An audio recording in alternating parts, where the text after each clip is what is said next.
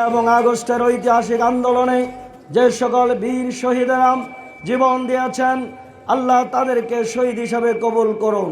এখনো পর্যন্ত যারা আহত অবস্থায় পঙ্গুবরণ করে হাসপাতালে, বাড়িতে, বিভিন্ন জায়গায় কষ্ট করছেন, আল্লাহ তাদেরকে নেয়ামত দান করুন, সুস্থতার।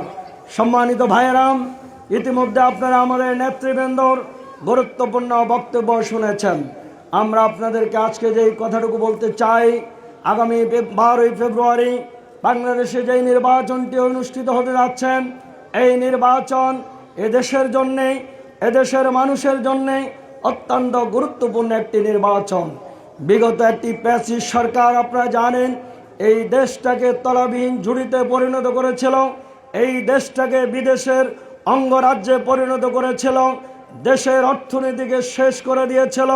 ব্যবসা বাণিজ্য থেকে শুরু করে সর্বস্তরের সকল মানুষের এমন একটি হাহাকার সৃষ্টি হয়েছিল, দেশকে সেই তারা হাসপাতালে পরিণত করেছিল, দেশকে তারা জেলখানায় পরিণত করেছিল।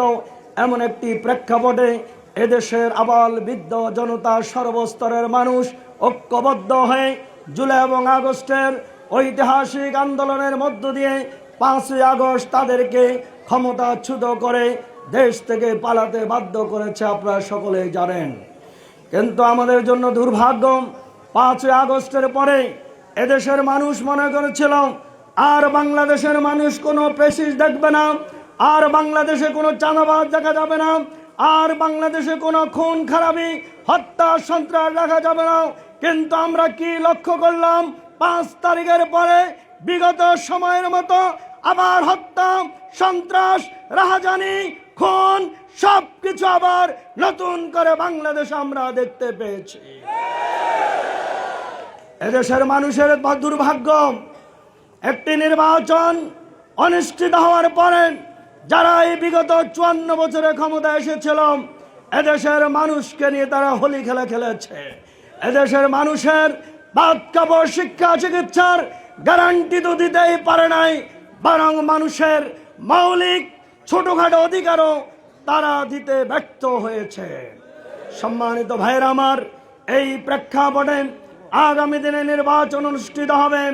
আমরা মনে করি সেই নির্বাচনটি হবে অবাধ, সুষ্ঠু, নিরপেক্ষ নির্বাচন। কিন্তু দুর্ভাগ্যজনক হলো সত্য, ইতিমধ্যে যখন আমরা এই ময়দানে গণসংযোগ শুরু করেছি, প্রচার কার্যক্রম শুরু করেছি, মানুষের কাছে ভোটের দাওয়াত দিচ্ছি, ঠিক সেই মুহূর্তে ওই স্বৈরাচারী কায়দায় আবার ভোটারদেরকে, মানুষদেরকে ভয় ভীতি দেখানো শুরু করা হয়েছে। আমরা স্পষ্ট ভাষায় বলে দিতে চাই, এদেশের মানুষ জীবন দিয়ে, রক্ত দিয়ে প্যাসিবাসকে ক্ষমতা থেকে তাড়িয়েছেন। আগামী দিনে প্রয়োজন হলে আবার রক্ত দিবেন, শহীদ হবে, জীবন দিবে। বাংলার মাটিতে নতুন কোন প্যাসিস্টের ক্ষমতা এদেশের মানুষ দেখতে চায় না। সম্মানিত ভাইয়েরা আমার, আপনারা জানেন, এই নতুন করে ক্ষমতা নেওয়ার জন্য আজকে একটি দল ভারতের সাথে বন্ধুত্ব সৃষ্টি করার মধ্য দিয়ে বাংলাদেশকে আবার ভারতের অঙ্গরাজ্যে পরিণত করার জন্য আজকে দুর্বিসন্ধি করছেন। আমরা হুঁশিয়ার করতে চাই যে আধিপত্যের বিরুদ্ধে এদেশের যুব সমাজ রক্ত দিয়েছে।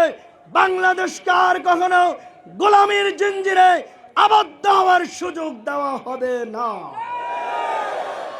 আমরা স্পষ্ট ভাষায় বলতে চাই, আগামী 12ই ফেব্রুয়ারি নির্বাচন হবেন অবাধ, সুষ্ঠু এবং নিরপেক্ষ। আমরা জামাতের পক্ষ থেকে, 10 দলীয় জোটের পক্ষ থেকে স্পষ্ট ভাষায় বলে দিয়েছি, এই অবাধ, সূক্ষ্ম, নিরপেক্ষ নির্বাচন হওয়ার ক্ষেত্রে যদি কোনো বাধা সৃষ্টি করা হয়, এদেশের মানুষ তাদেরকে কখনো ছেড়ে দেবে না। আমরা স্পষ্ট ভাষায় বলতে চাই, জনগণের ভোটে যারাই নির্বাচিত হবে তারাই ক্ষমতা চালাবেন। আমরা নিজেরাও বলেছি, আমরা দিনের ভোট রাতে নিয়ে অবৈধভাবে ভোট গ্রহণ করেন আমরা অবৈধ এমপি হতে চাই না। জনগণ যদি আমাদেরকে পছন্দ করে, জনগণ যদি আমাদের কর্মকাণ্ডে সন্তুষ্টি প্রকাশ করেন, আমাদেরকে যদি ভালোবাসে, তাহলে তারা প্রত্যক্ষ রায়ের মধ্য দিয়ে আমাদেরকে ক্ষমতায় বসালে আমরা সেই জনগণের ক্ষমতা গ্রহণ করে এদেশের মানুষের খেদমত করার এবং এদেশের মানুষকে সুন্দর একটি আবাসভূমি থেকে শুরু করে একটি সুন্দর রাষ্ট্র কাঠামোতে তাদেরকে সেবা করতে প্রস্তুত রয়েছে ইনশাআল্লাহ। ইতিমধ্যে বাংলাদেশ জামাত ইসলামীর পক্ষ থেকে 10 দলের পক্ষ থেকে যে ইশতেহার ঘোষণা করা হয়েছে, আমরা বলতে পারি এই দেশটি যদি দুর্নীতিমুক্ত হয় তাহলে ইশতেহার বাস্তবায়নের মধ্য দিয়ে এই বাংলাদেশকে একটি সোনার সুফলা শস্য শ্যামলা বাংলাদেশে পরিণত করা সম্ভব হবে ইনশাআল্লাহ।